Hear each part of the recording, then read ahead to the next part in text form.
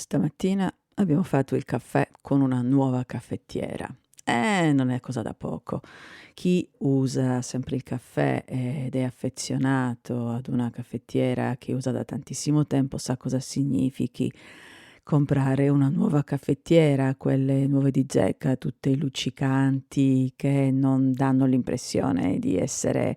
caffettiere che son già state dentro una casa, dentro una famiglia per anni e anni. Noi abbiamo questa caffettiera da 3 e poi una caffettiera da 1 e facevamo sempre la caffettiera da 3 che però durante la giornata poi ero costretta a rifare diverse volte perché bevo un bel po' di caffè. So che forse dovrei ridurre il consumo di caffè, però fino ad allora m'è venuta questa genialata: perché non compriamo una caffettiera più grande, così la facciamo la mattina e poi man mano durante la giornata io che faccio? Prendo il caffè rimasto. Io non bevo espresso quasi mai, lo mischio con acqua, mi faccio un caffè, quello che si chiama americano, in un tazzone e quindi poi lo sorseggio durante la giornata. Però il problema delle caffettiere nuove è che non sono vissute. Una caffettiera per fare caffè buono deve essere usata tantissimo, non bisogna poi lavarla con detersivi, quindi il modo in cui io solitamente preparo le nuove caffettiere non mi succede molto spesso, ma quando mi succede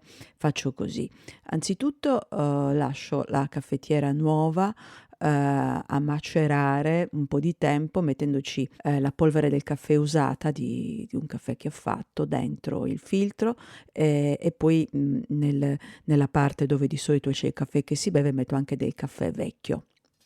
che non ho bevuto, lo lascio così per un paio di giorni senza toccarlo, no, non viene la muffa, però così che si impregni bene, bene, bene. Poi, faccio un paio di volte il caffè, ma non usando il caffè buono che costa un casino di soldi, usando caffè usato, quindi polvere di caffè già usata, quindi faccio giusto per,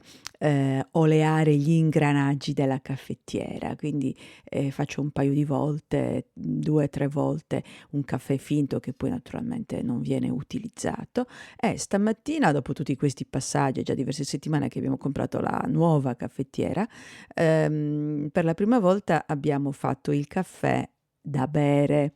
in questa caffettiera più grande e devo dire che non è malaccio. Insomma non abbiamo avuto un moto di disgusto: "Ma che schifo è questo", no, abbiamo bevuto il caffè e non era niente male. Quindi, oggi ufficialmente si inaugura la stagione della nuova caffettiera che sono sicura ci farà tanti caffè buoni e allieterà soprattutto le mie giornate che potranno adesso risparmiare il tempo di fare una nuova caffettiera.